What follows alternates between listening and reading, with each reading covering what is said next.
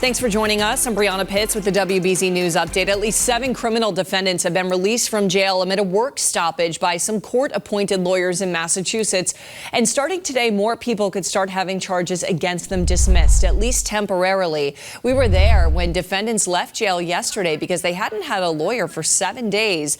These releases are because of a work stoppage by private attorneys who say that pay from the state is the lowest in the region. Lawmakers tell WBZ there's no current plan to reach a pay raise. Striking trash collectors in Massachusetts now have support from workers across the country. Hundreds of Republic Services employees in Washington state are now on the picket lines calling for better pay and benefits. They are also joined by workers in Illinois, California, and Georgia. Republic says the compensation package it's offering is competitive. And today marks day 10 of the strike in Massachusetts. More than a dozen communities impacted are still working to catch up on trash collection with the help of backup crews. And more disruptions for Red Line riders. Shuttle buses replacing trains between Kendall MIT and JFK UMass beginning at 8:30 tonight for crews to complete maintenance work. Trains will be running again on Monday morning, but more disruptions are coming. The shuttles will be back at the same stops from the 17th through the 20th.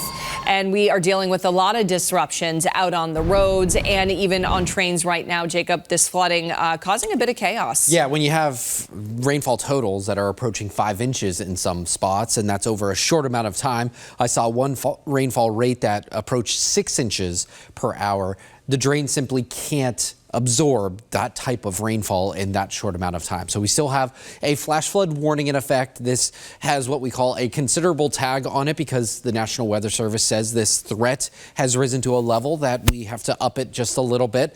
This runs until 11:15 this morning. The areas most concerned about are going to be Quincy, Milton, Hull, Hingham, Scituate, Randolph, Braintree, Sharon, Canton, all picking up quite a bit of rain in that short amount of time. But you'll notice that the heaviest of the rain has started to wind down a little bit, starting to push offshore. That green, even though it's still rain, it's a lighter intensity of rain. And so that's good news that the rain is still falling, but it's not as heavy as it was. Those tropical downpours may be winding down a little bit. Here's the reason that we picked up the flash flooding. You look at this map, 3-hour rainfall estimates anywhere from 4 to 6 inches of rain in some spots through the South Shore into Norfolk County. That will cause issues. That's exactly what we saw on the Braintree Split, on the Expressway, on 93 in some spots. It is a mess. So please, please take it easy if you are hitting the roads. We are expecting the back edge of this system to push through the area by about noontime or so. Certainly over the next couple of hours, we will see some gradual improvements, eventually seeing some sunshine to close out the day for most of us. Tonight, some fog develops. Tomorrow morning, we're mainly dry. Plays out like this today. Only in the low 70s for our highs, about 10 degrees below the average. You can blame the rain and also the east wind. We're back into the low 80s for tomorrow with just a slight chance for a storm.